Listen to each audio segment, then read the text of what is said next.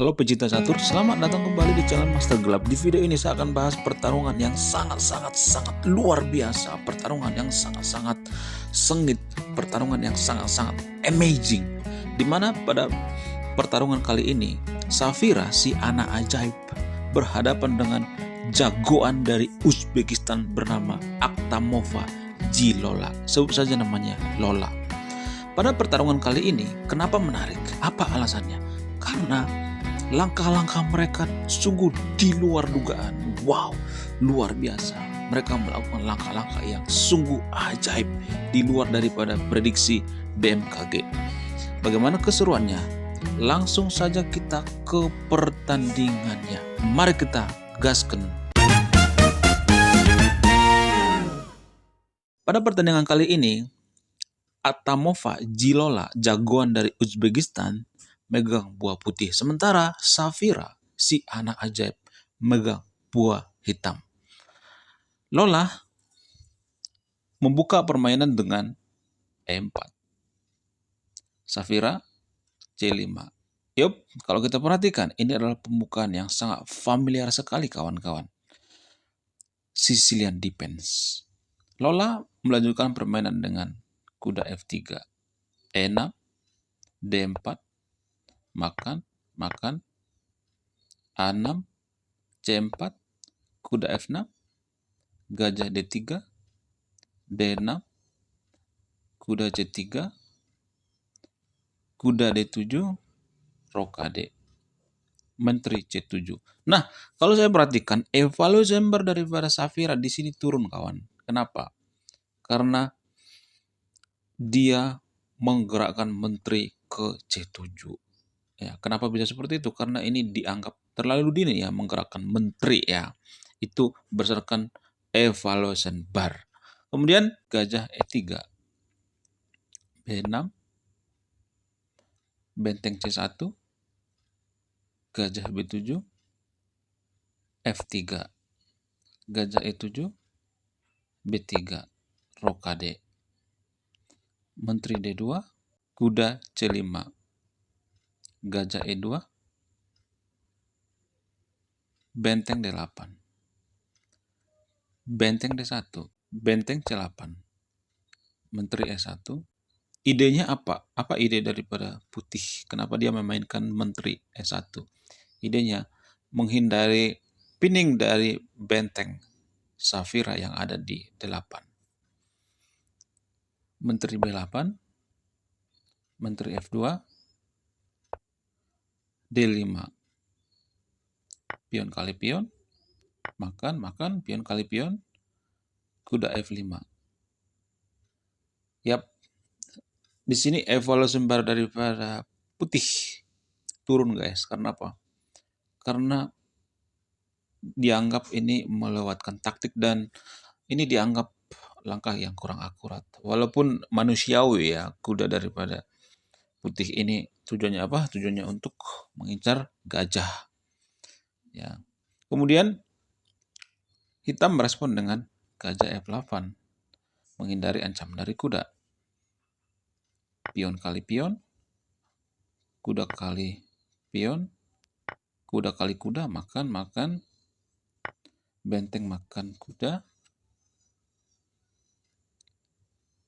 benteng kali benteng, gajah kali benteng D5. Jadi kalau kita perhatikan di sini file D dan E ini sudah terbuka guys ya.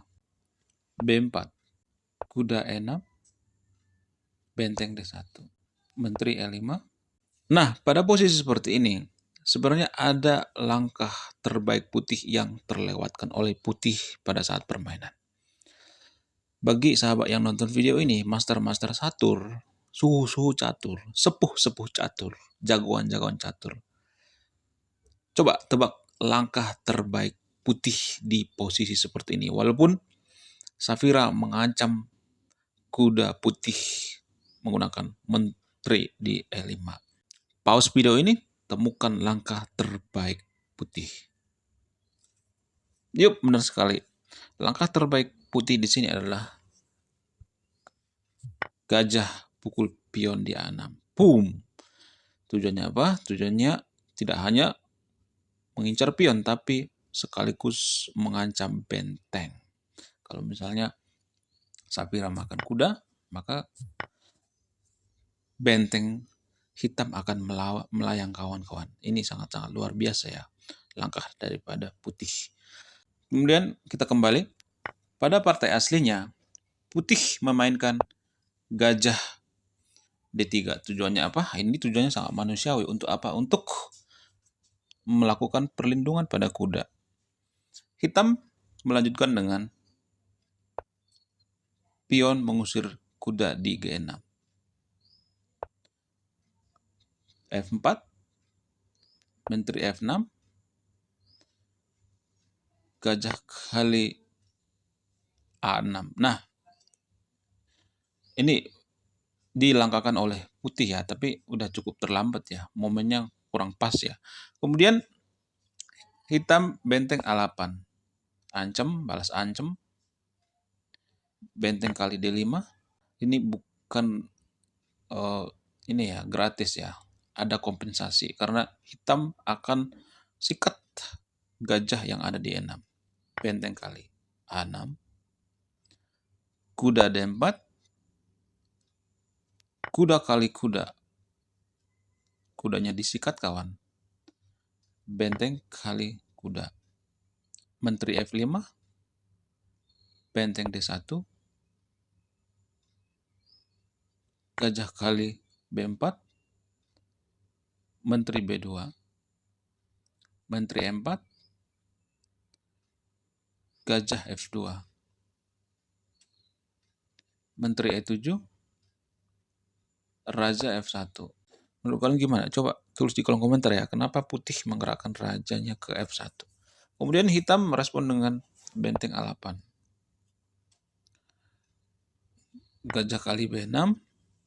Yuk, langsung saja pionnya disikat kawan. Benteng E8, gajah F2, gajah C5. Nah, pada posisi seperti ini, Safira melakukan blunder yang sangat fatal. Menurut kalian, apa langkah terbaik putih di posisi ini? Apa hukuman bagi hitam? Coba pause video ini, temukan langkah terbaik putih. Dan benar saja, seperti tebakan daripada yang nonton video ini.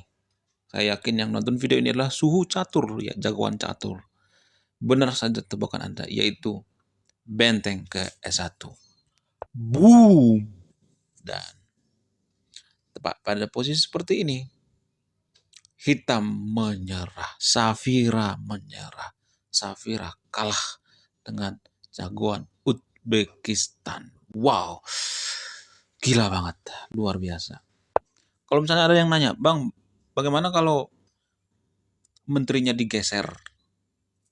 Ya, digeser ke atas kemana gitu ya. Katakanlah ke D8. Maka gajah akan melayang. Jadi satu perwira bersih ya. Ini blunder yang sangat fatal guys. Dan putih ya bisa menghukum hitam. Putih notice. Oke, kalau misalnya kita melanjutkan, gimana cara putih mengalahkan hitam? Gimana cara putih menskakma hitam? Oke, kita lanjutkan. Kalau misalnya raja bergerak misalnya, raja hitam misalnya, atau tukar deh ya, rajanya nggak bisa gerak ya, tukar, makan, yuk, kemudian sekak raja, raja naik, kemudian ancam gajah misalnya, yuk,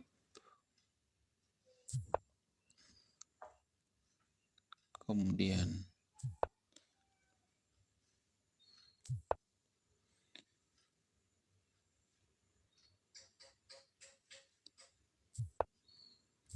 kalau kita perhatikan ya, kalau kita hari skakmat gimana caranya putih menskakmat hitam, pion A4, kemudian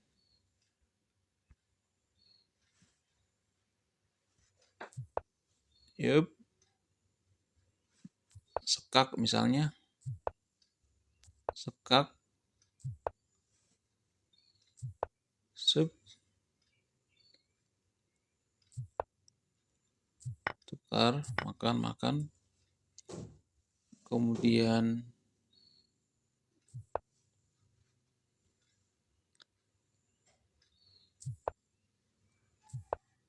oke, pion naik. Ini akan sangat susah banget ya buat hitam guys. Pertahanannya sudah sangat rapuh sekali ya. Oke, kembali misalnya. Naik. Oke.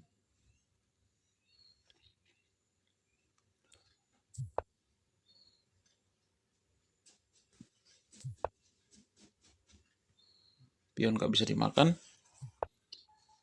Jangan. Jangan guys, itu namanya bundir. Oke, pion masuk.